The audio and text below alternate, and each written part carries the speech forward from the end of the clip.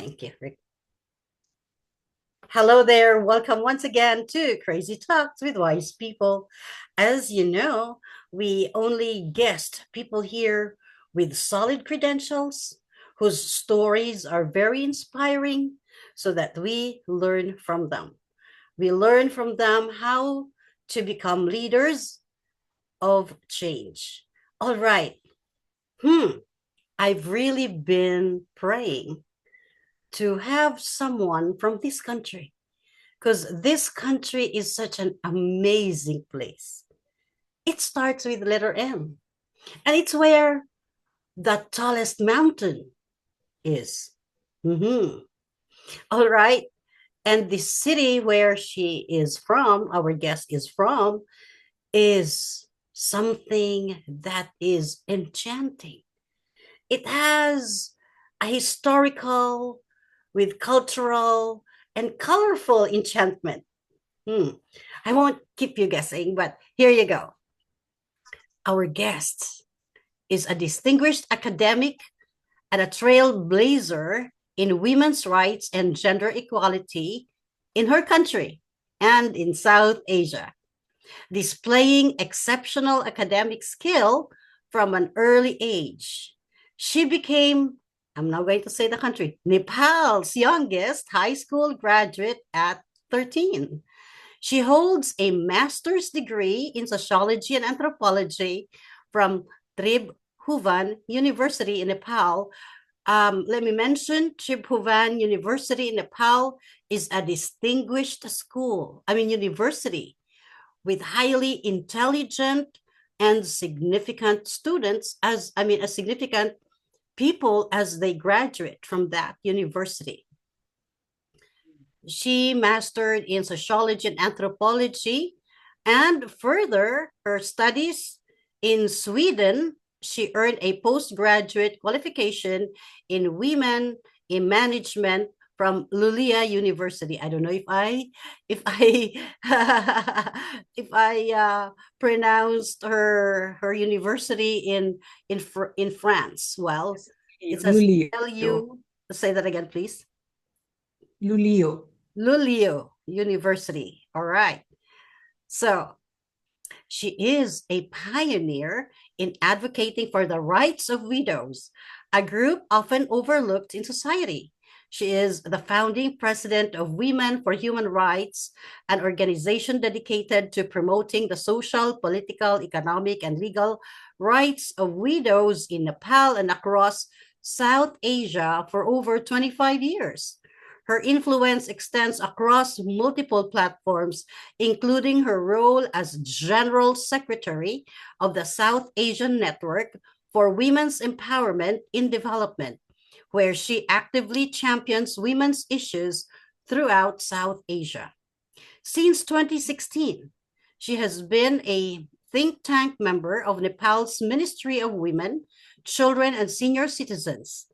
Dr. Lily Thapa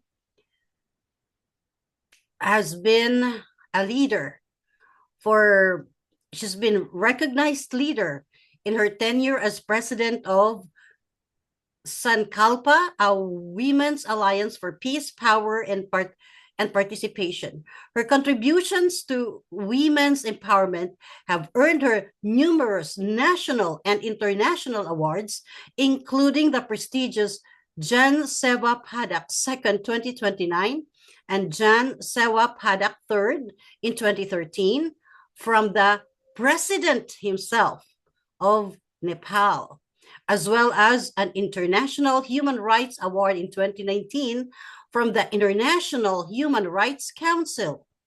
In addition to her advocacy, Dr. Lily Thapa is a lecturer at leading university in Nepal, specializing in sociology and gender studies. She also has appointed an honorary member of National Human Rights Commission over the years. She has authored and published various books and training manual focused on gender equality, women's rights, peace, and security and empowerment. And earlier, I invited her to be a part of a women's group, that we are now organizing, and I hope she'll be with us. All right. So, without further ado, I'm excited to introduce to you Dr. Lily Thapa from Nepal, but now she's in Boston. Are you going to receive your another award in Boston, ma'am? Not really. You mean the award? Yeah, because you're in Boston right now. Are you receiving another award in Boston? No. No, I just visited Boston to see my son here, who is in Boston, but I'm traveling to New York. It's going to be the March is the month of the women, Yes. Uh-huh. So we are celebrating the International Women's Day Mm-hmm. at UN. We are, joining and doing a lot of event at CSW, which is Commission on the Status of the Women, which is going to happen from 10th of March till 20th of March. So very soon I will be traveling to UN next Sunday. And we are having a lot of side event there at the UN, raising the voices of the women from all over the corner of our world. Oh, please That is post why I'm all your here. activities on your social media because I'll be following you. I'll be one of your fans from now on, ma'am. Okay. So much. So we are now in our series, ladies and gentlemen who are watching us right now. We are now in our series of interviewing people who are so successful in their careers and in their personal life so that we will learn from them. And one of those, as we all know, is that the reason why people are successful is because of their daily habits and because of their role models. Now, ma'am, I think I forgot to let you greet our audience. Sorry. Ma'am, would you please greet our audience? Can you just say me, just Lily? You know, just say me, Lily. No, ma'am. It's totally a formality. It looks like formality. Uh, Uh, yeah, that's really it. You know, highly. This is ma'am. That's sorry. This is a mark of highly distinguished person. Highly distinguished people don't like to be addressed with their titles. They just want to be simple. They just want to be casual. So I'm so we all honored. are equal. We Thank you, all are ma'am. equal. No, All right. no Okay, hierarchy. Lily. Thank you, Lily. All Yeah, right. I really like that word. Just All right. Lily. Thank you, Lily. Thank you. Yeah. Okay, ma'am. Oh, sorry. Lily, please greet our audience. Mhm. What did you say? Can you just Yeah, repeat it? please greet our audience. Hello, namaste from Nepal. And I really like the way that you introduced my country. And we are from the very highest mountain from the world. And the another identification of my country is the birthplace of Lord Buddha. So Yes. we are from a country where we are totally faith on peace, building the peace among all of us. And as you mentioned that I'm from a city where we have a lot of temples and we do a lot of enchanting, Mm, and we have a very strong faith on some strong power within our country, and we yeah. follow the Hinduism and the Buddhism together. Wonderful. That's one Yeah, of that's one of the countries that I really wish to go to and visit and absolutely. immerse into that beautiful culture. Beautiful, We colorful, have a bursting lot of with a colors mountain and there. laughter and kindness and love and positive energy. That is Kathmandu. That's Absolutely Nepal. true. You are absolutely true. If you just really wanted to see the mountains, and if you Mm, just wanted to do the mm, trekking, mm. you should come to Nepal to have a very good trekking, and then see the small mountains everywhere. We are a mountainous country. Yes, and it is something novel, and it is something, I think it's a place for the artist, but and okay, maybe we can talk about that in another podcast, but right, the purpose for this podcast is for us to learn because she's highly successful. I'm and you've read, I mean, you've heard me introduce her, but you know that she succeeded ever since she's young. She already had started the path to success. Now, our question is the same question as our, our past guests. So she's a woman of success. And our question is, what are her daily routines that made her the successful person that she is now? When we say success here, it's not only about, money, but success to us is about money and significance, which means being a person who had helped a lot of people, or a person who had helped the society for a positive change. Okay, ma'am. Oh, Lily, sorry. Okay, Yeah. Lily. Just before that, I just wanted to tell you my story, why I've been jumped to working for a social sector from more Mm-hmm. than 30 years. You Mm-mm. know that I became a widow at a very young age. I was just 29 when my husband, who was a military doctor, was been serving in the Iraq for as a peace mission in a peacekeeping force where he been killed over there. And I was raising three small children when my husband died, and I was too young at that time to understand how to take the life alone with the small three children. Uh-huh. And so I was totally on a on a stigma there. And before that, you must be very surprised to know that in our country, not in my country only, even in South Asia, in many parts of our South Asian country, where the widows, the women without husband, they are treated very badly. And Uh-huh. we have a lot of code of conducts for the widows to follow forcefully.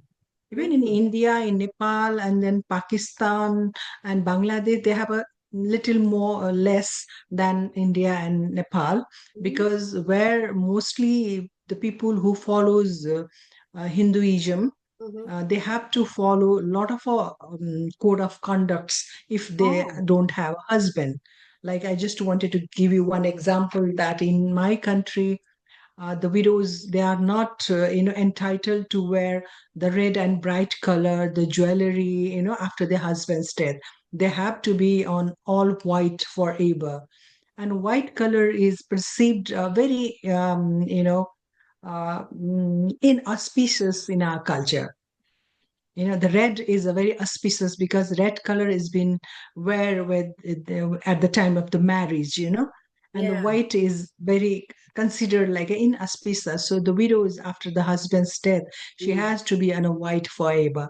So, and beside that, there are a lot of a code of restriction on mobility, restriction on having inheritance rights of the deceased husband, and there are vast discriminations after the husband's death. And then, I also, as a young widow that time, I also experienced the first hand the societal discrimination and marginalization that faced by all the widows like myself, Mm. that personal experience inspired me to form WHR, Women for Human Rights, that time, almost 30 years back. And then that organization that challenged the injustice, which is again totally against the widows.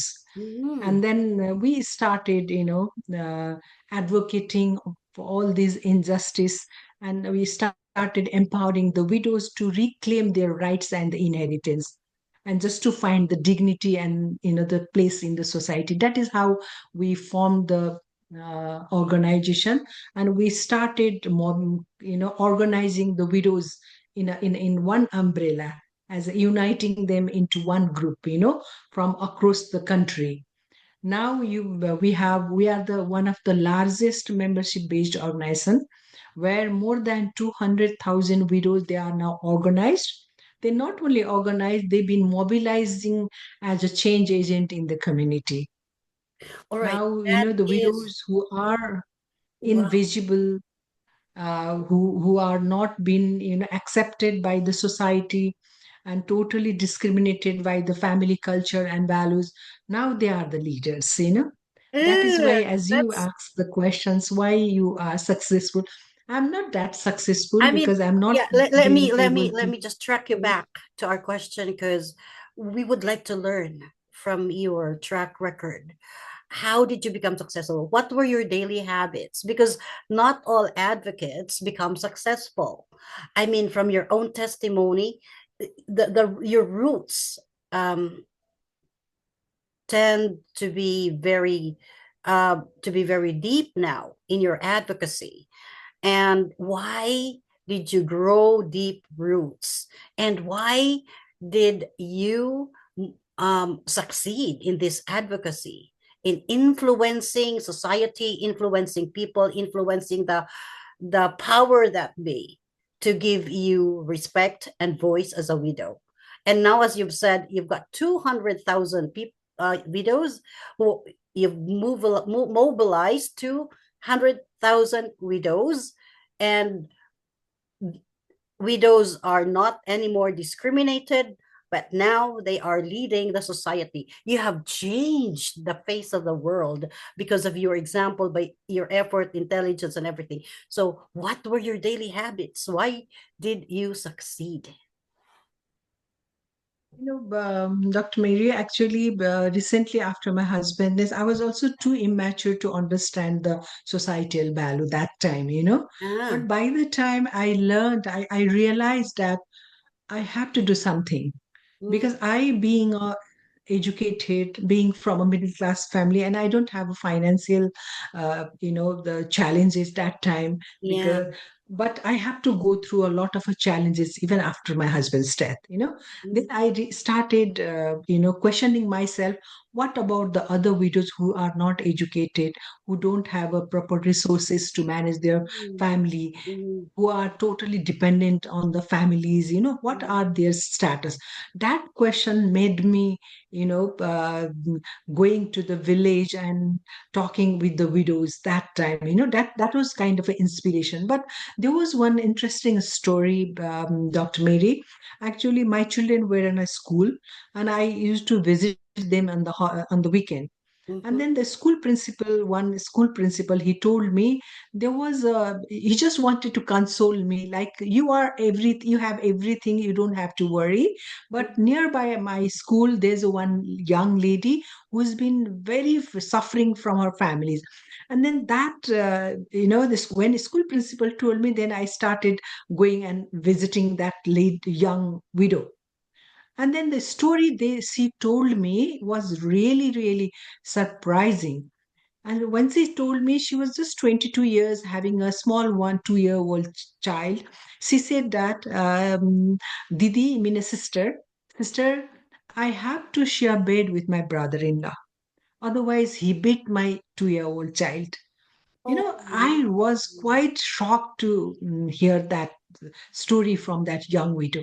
And I even couldn't sleep for many days. And then I started how to rescue that woman. That was the only one, my oh, first step. no.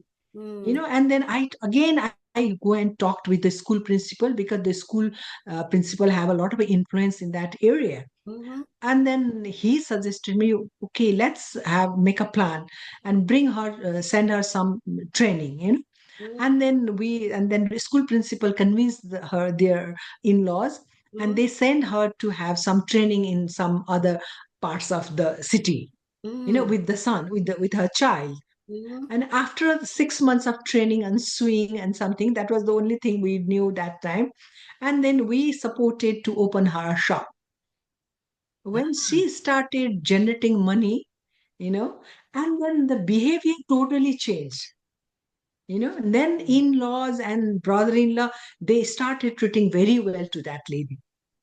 That was and when I started thinking about that story of that sister, and then I said, okay, we have to empower the widows financially, and we have to make a platform where these widows can come and tell their stories. Otherwise they don't.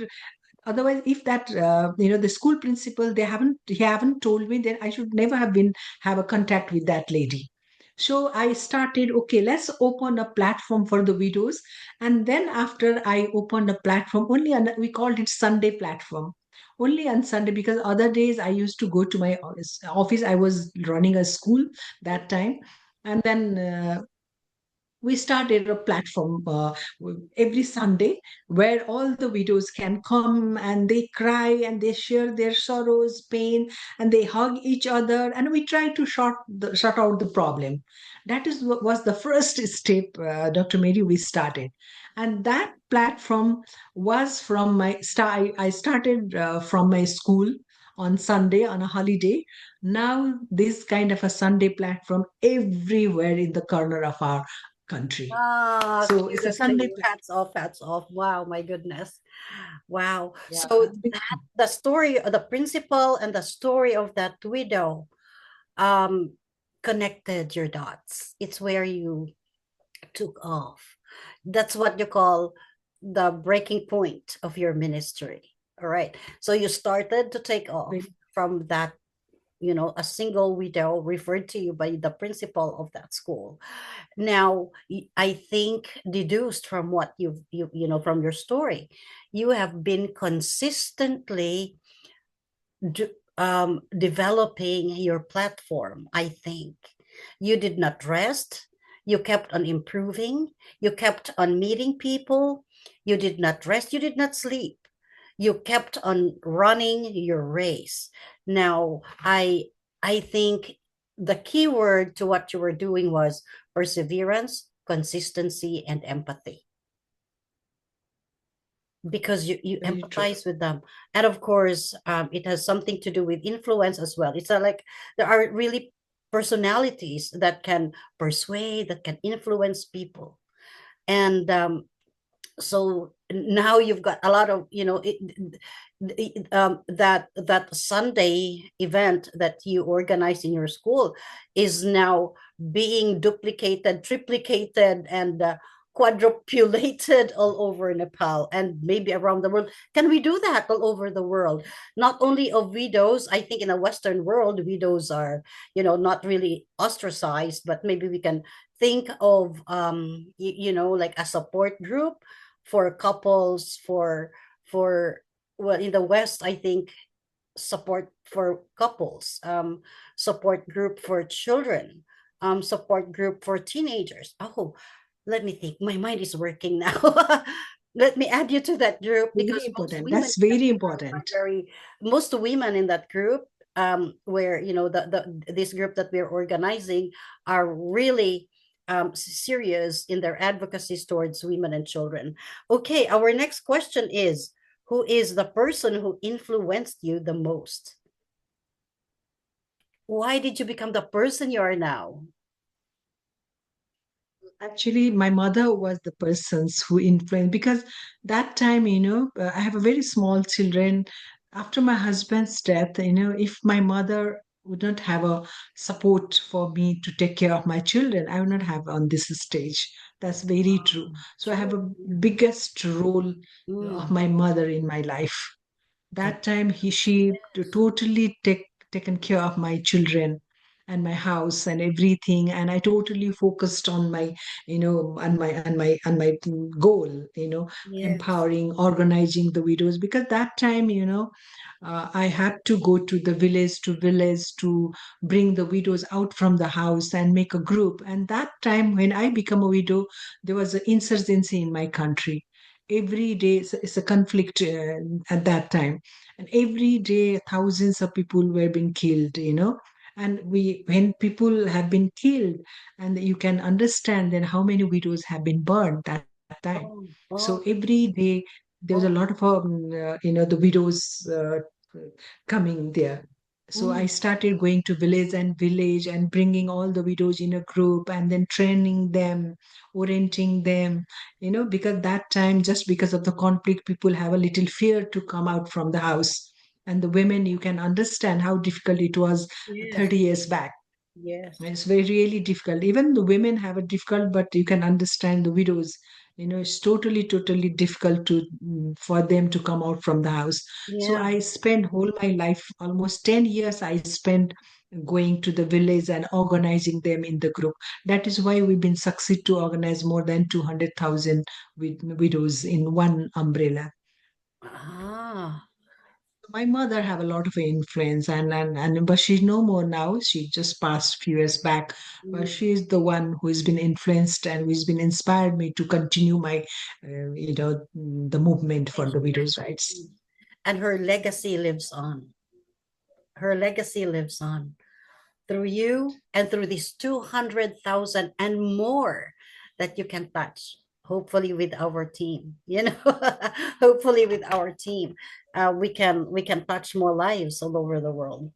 Okay. Mary, now all these 200,000 widows, they called me mother, Ama means mother. So everyone have a lot of, the respect for me. And that also inspired me a lot to work more for them. So these all the Absolutely. widows who life has been changed from our movement, they all call me mother. So that really inspired me to and encouraged me to do more for the rights of the widows. Wow, it's a sobering story. I never have heard such a story that widows were discriminated in that part of the world. But thank you for sharing it with us. Now, another question here is that maybe we can learn from you, and of course, not only maybe, but for sure we can learn from you, is that of course we all have our disadvantages. Like your disadvantage was you were a widow, as you've said, there was a war. I mean, like an upheaval maybe in your country. A lot of people are dying, are killed rather, not are dying, but killed. But you were brave. You were brave. You went to the countryside. I think your disadvantage was that you were a city girl. You were a city girl from a middle class family. You are not a country girl, but you had this courage. And your disadvantage is that you're not a country girl. You are from a protected family because you're from a middle class. You are a university girl. And to me, that was a disadvantage because you were going to the countryside and influencing ladies or women who were not educated. How did you turn that disadvantage into an advantage? Like a city girl going to the countryside. How did you speak with a person, with a woman who was not educated, unschooled? I'm sure sanitation would be different because you live in a city more sanitized than the countryside. How did you how did you blend with this, women? One thing, Dr. Mary, you have to have a teamwork to bring any kind of a changes. Without team, you can't do it alone. Okay. I'm not the only one to for this movement. I Uh, started the people, more people like me who really wanted to join me on this movement. That's the first step.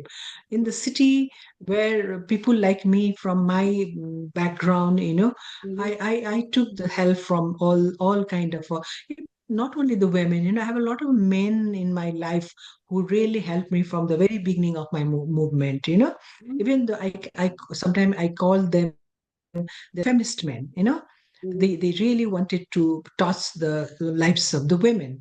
So we have a mhm, lot of those kind of men and women and allies. And that time we are too young to jump in any kind of a challenges. mhm, We continue sometime. Nepal is a totally a little difficult geographical area. We have a lot of mountains. In mhm, some places there is no even road to walk properly.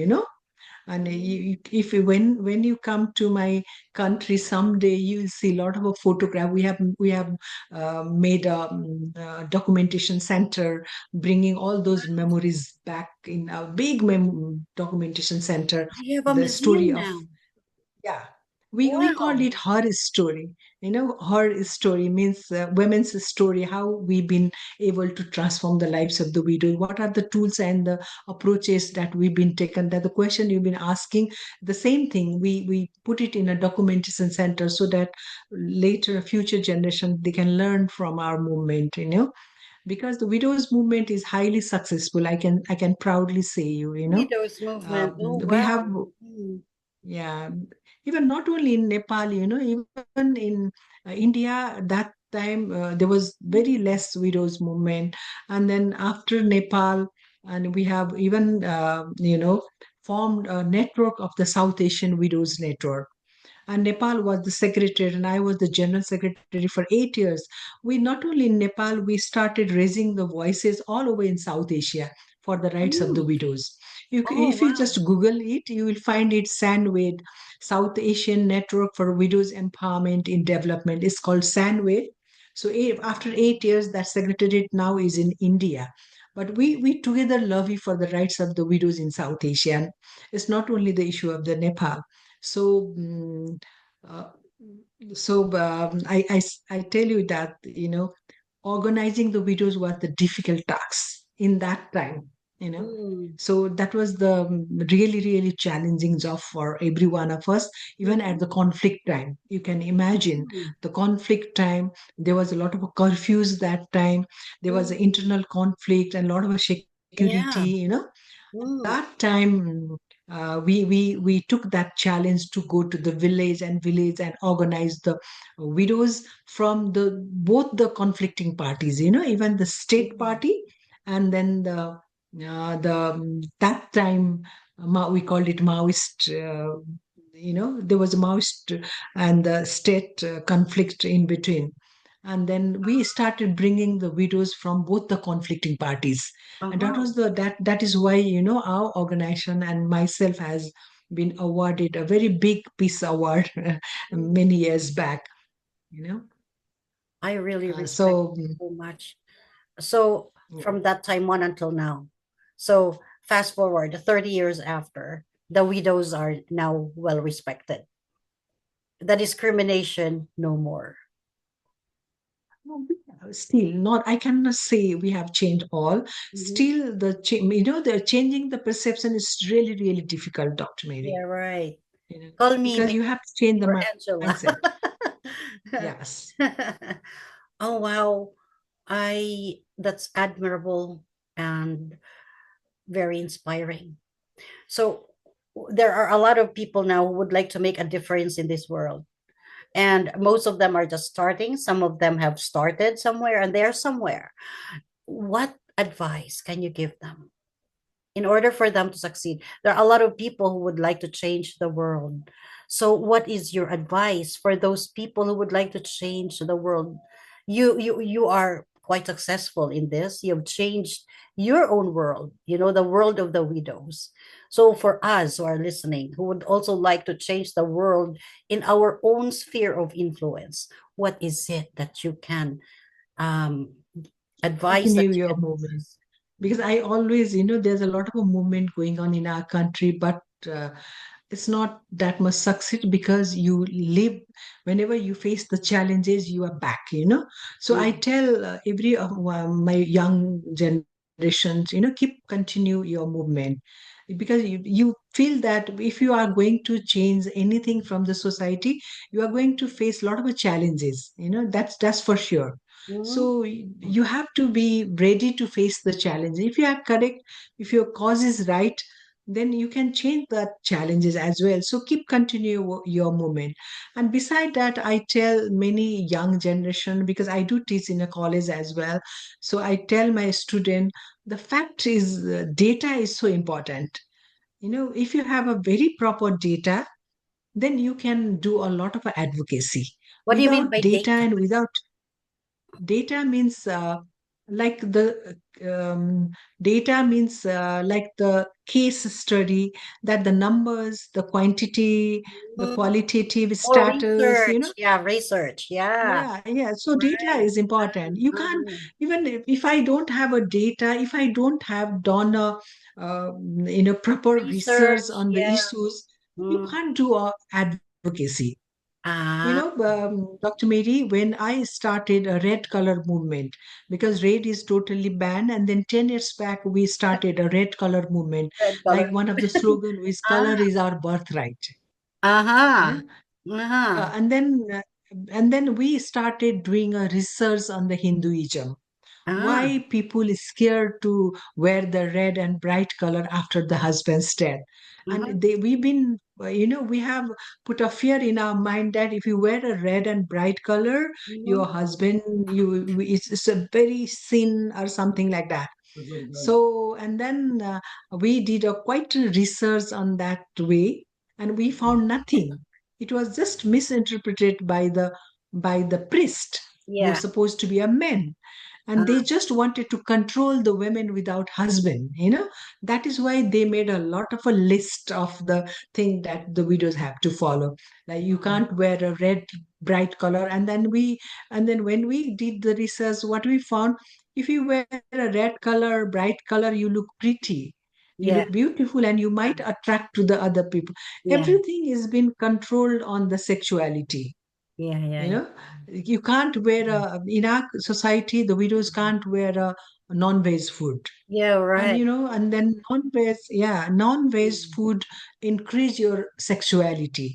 So that Mm, means the family wanted to control over the sexuality, mm, and the restriction on sexuality. That is why you are supposed to follow these things, and don't do that things, everything.